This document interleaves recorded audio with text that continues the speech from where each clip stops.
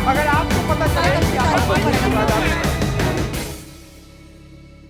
एक और प्रश्न है, जब कैबिनेट में नामों की सूची आई, फिर उसके बाद पोर्टफोलियो अलॉटमेंट भी हुआ, कई सारे लोगों ने इस चीज़ को फ्लैग किया कि देखिए साहब, जब आज शपथ हुई है उसमें किसी वर्ग को नहीं छोड़ा गया। जो गवर्नमेंट हैंडआउट्स है उसमें बताया गया कि किस समूह से फॉरवर्ड को इतना दिया है, ओबीसी का रिप्रेजेंटेशन है, दलितों का रिप्रेजेंटेशन है, रवनीत सिंह बिट्टू को बना दिया वो सिख हैं, जॉर्ज कुरियन को वहाँ से लेके आए हैं वो ईसाई समुदाय से आते हैं, लेकिन एक समुदाय से किसी को शपथ नहीं दिलाई गई, वो है मुस्लिम समुदाय। बीबीसी की एक रिपोर्ट है कि शायद भारत के इतिहास में पहली बार ऐसा हुआ कि जब शपथ ली है प्रधानमंत्री ने और उनके कैबिनेट ने, तब किसी मुस्लिम व्यक्ति को शपथ नहीं दिलाई गई है। इस चीज़ को लेकर के ये जो एलिगेशन लगाया जा रहा है, जो बीजेपी की तरफ से ओपिनियन मेकर्स हैं वो कह रहे हैं कि भाई विस्तार में हो सकता है, दिया जा सकता है, लेकिन क्या इस तरह की जो बातचीत है वो बीजेपी के अंदर भी लोग सुन रहे हैं? क्या बीजेपी के अंदर इस चीज़ को लेकर कोई चर्चा थी कि दिला देते किसी को शपथ, चाहे बाद में ले लेते, कुरियन को भी बाद में ही इंडक्ट किया जाएगा राज्यसभा में? तो मुझे लगता है अब मुस्लिम समाज का रिप्रेजेंटेशन जो है वो कैबिनेट में नहीं हो सकता। उसका सबसे बड़ा कारण ये है कि अगर आप देखेंगे तो 2019 में मुख्तार अब्बास नकवी कैबिनेट मंत्री बनाए गए थे, उनको एलिवेट भी किया गया। 14 में वो एमओएस बने, फिर उनको कद उनका बढ़ाया गया, इंडिपेंडेंट बनाया गया, स्वतंत्र प्रभार का मंत्री बनाया गया और फिर कैबिनेट उनको दिया गया अल्पसंख्यक मामलों का। उसके साथ साथ जो है एमजे अकबर जो जर्नलिस्ट थे, बड़े संपादक रहे हैं, उनको भी विदेश राज्य मंत्री जो है 2014 वाली सरकार के अंदर बीच में मंत्री पद दिया गया था। तो इस तरीके से कई बड़े चेहरों को, मुस्लिम चेहरों को शामिल किया गया। लेकिन बड़ी चीज ये है कि अगर आप देखेंगे तो सैयद जफर इस्लाम, उनको 2 साल की राज्यसभा दी गई थी उत्तर प्रदेश से।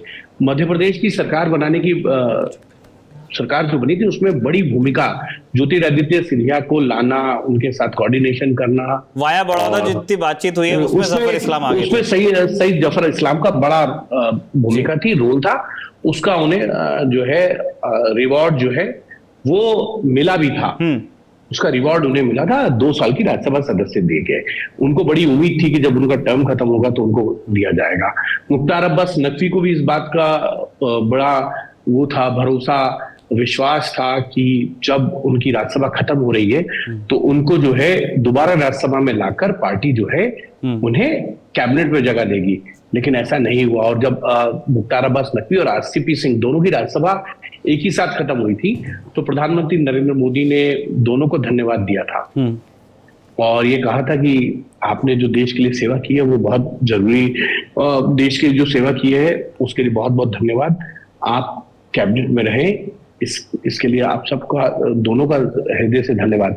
लेकिन कोई ऐसा इंटीमेशन नहीं दिया। लेकिन हमको बाद में एक जानकारी मिली थी कि मुख्तार अब्बास नकवी से पार्टी संगठन ने पूछा था कि रामपुर में, क्योंकि आजम खान की जो सीट है वो खाली हो गई थी, तो आप चुनाव लड़ेंगे क्या? तो मुख्तार अब्बास नकवी ने मना कर दिया था कि मैं चुनाव नहीं लड़ना चाहता। अगर वो चुनाव लड़ जाते तो हो सकता है केंद्र में मंत्री बन जाते। इस बात उस वक्त भी वो रहे, लेकिन ऐसा नहीं हुआ।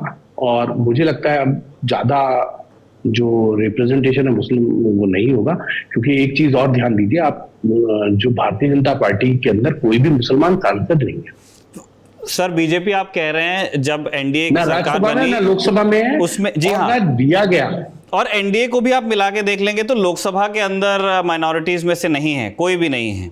राज्यसभा के अंदर जरूर माइनॉरिटी से सांसद है एनडीए को, अगर आप पूरे एक यूनिट की तरह देखेंगे तो, लेकिन लोकसभा में नहीं है और इस चीज़ को खूब डिस्कस भी किया जा रहा है। लेकिन मैंने आपको कैबिनेट के बारे में पूछा था, उसके बारे में आपने अपनी राय भी रखी।